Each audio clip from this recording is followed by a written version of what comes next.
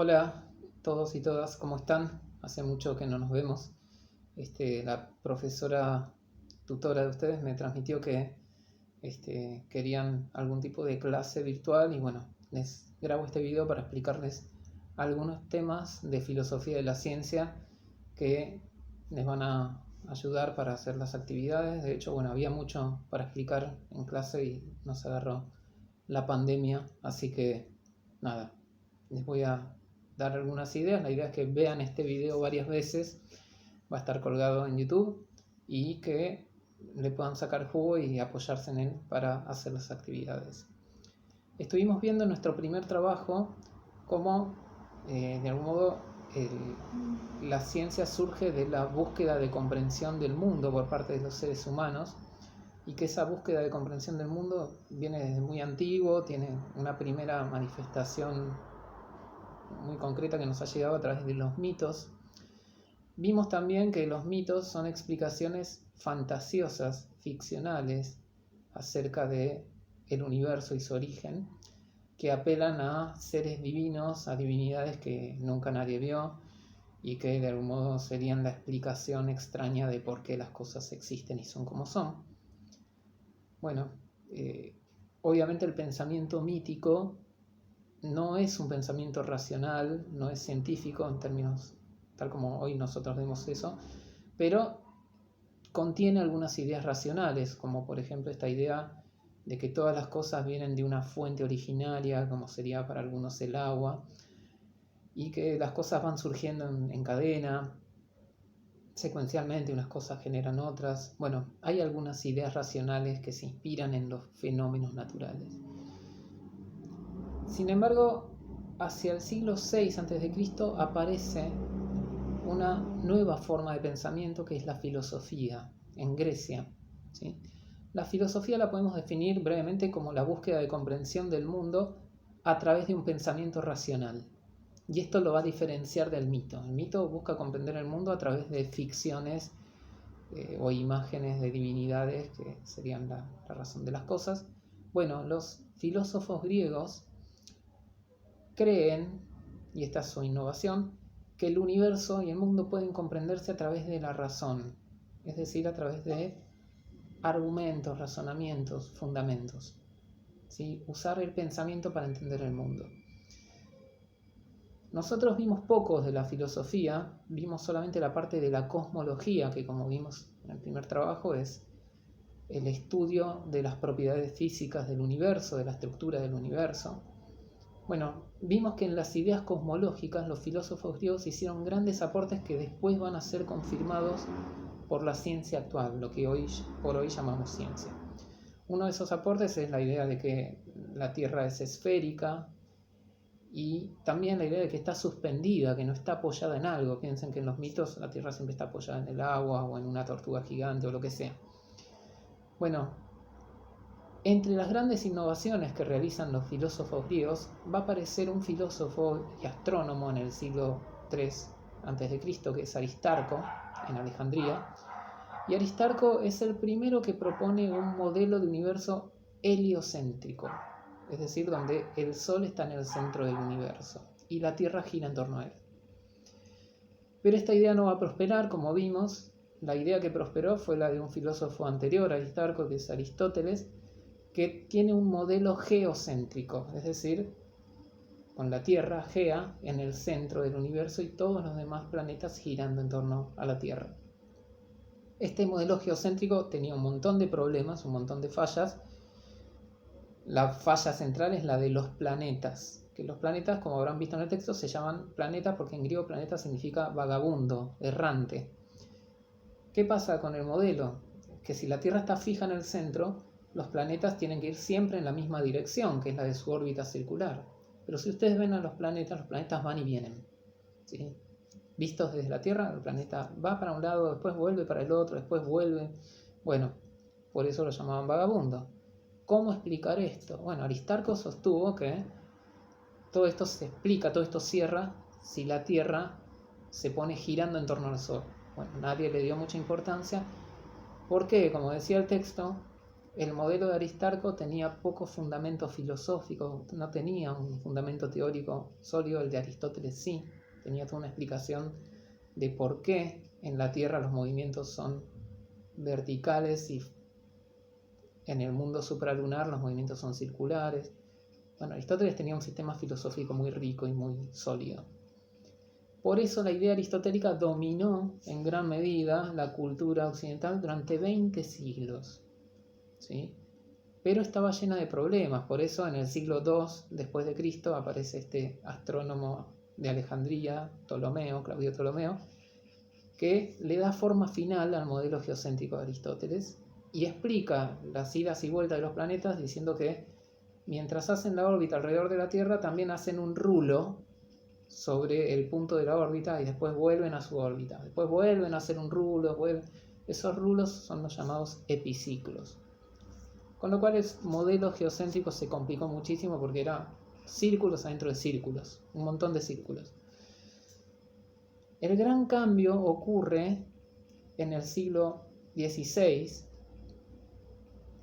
que es donde va a ocurrir la revolución científica del siglo XVI y siglo XVII a través de la obra de Nicolás Copérnico, un astrónomo. Piensen que en el siglo XVI está en boga el Renacimiento. Habrán visto los cuadros de Leonardo da Vinci, de Rafael, de Miguel Ángel, donde las figuras humanas son representadas con proporciones perfectas y aparece la perspectiva. Todo esto tenía una fundamentación matemática. Es una época donde se desarrolla mucho la matemática. Y bueno, esa matemática se va a aplicar también a la astronomía y a la observación. Y entonces Copérnico se da cuenta de que el modelo, todos los problemas que tenía el modelo geocéntrico se solucionan si se diseña un modelo matemático de universo donde el Sol está en el centro y la Tierra está girando junto con los demás planetas. Eso permitía explicar por qué vemos que los planetas van y vienen. ¿Por qué? Bueno, porque los otros planetas tienen órbitas más lejanas al Sol, más grandes, tardan más. Entonces cuando la Tierra está volviendo en su órbita, los otros planetas todavía no están volviendo y entonces eso explicaría por qué los vemos que van y vienen. Es una ilusión óptica. En realidad cada uno está siguiendo su órbita y es la posición relativa de los planetas lo que genera el problema. Gracias a la obra de Copérnico, que la publicó cuando se estaba por morir, porque tenía miedo de la Iglesia, efectivamente surgen lo que nosotros vamos a llamar la ciencia moderna.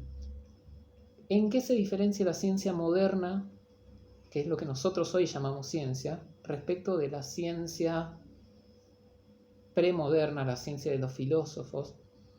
Y es que la ciencia moderna va a ser algo, sobre todo a través de Galileo, va a ser algo que los filósofos mucho no hacían, va a ser experimentos, va a ser una aplicación de la matemática más rigurosa a la comprensión del mundo y va a realizar experimentos para poner a prueba a través de la observación lo que los filósofos simplemente planteaban como hipótesis o teorías racionales. ¿Sí?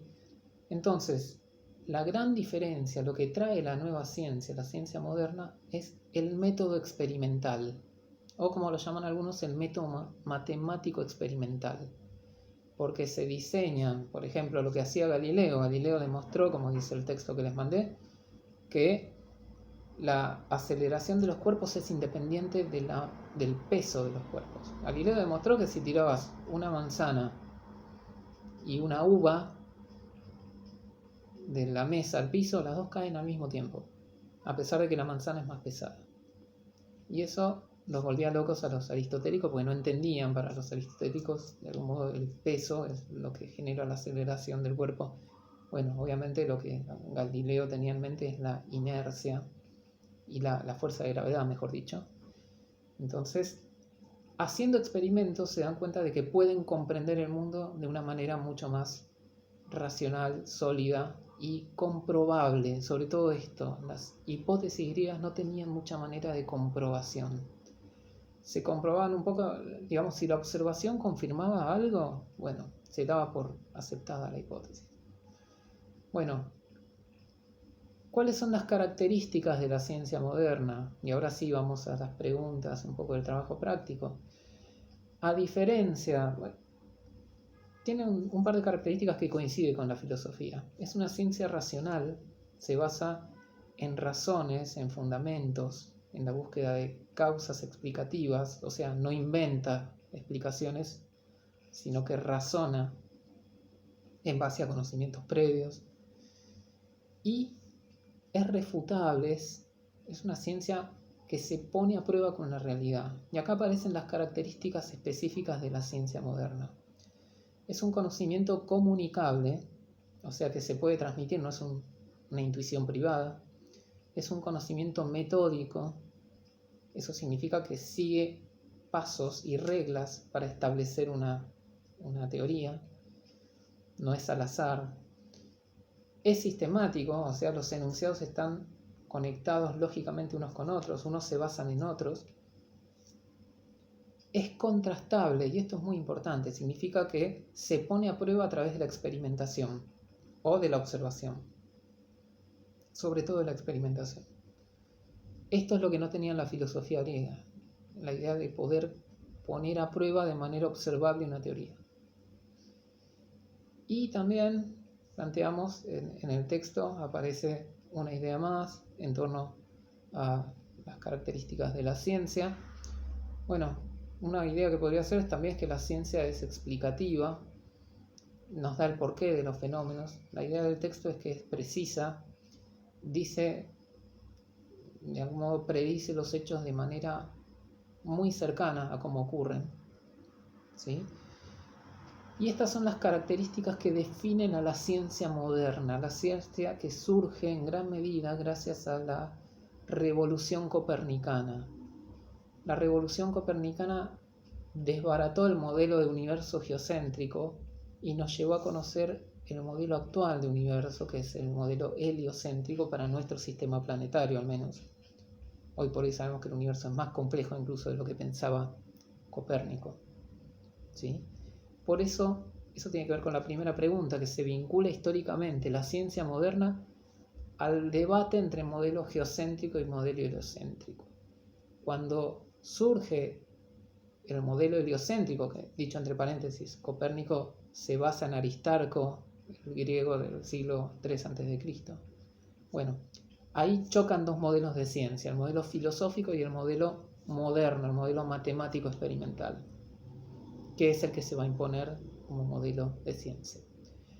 Dicho lo cual, vamos a diferenciar dos tipos de ciencias muy distintas. Cuando hablamos de ciencia en general, estamos hablando de las ciencias que estudian los hechos, de las ciencias fácticas. Se llaman fácticas porque factum en latín es hecho. Son ciencias que estudian las cosas observables. Pero hay otras ciencias que no tratan sobre fenómenos observables, sino sobre objetos ideales que crea nuestra mente y que sirven como instrumento para las ciencias fácticas. Esos objetos ideales son los números y las relaciones lógicas, o sea, la lógica y la matemática.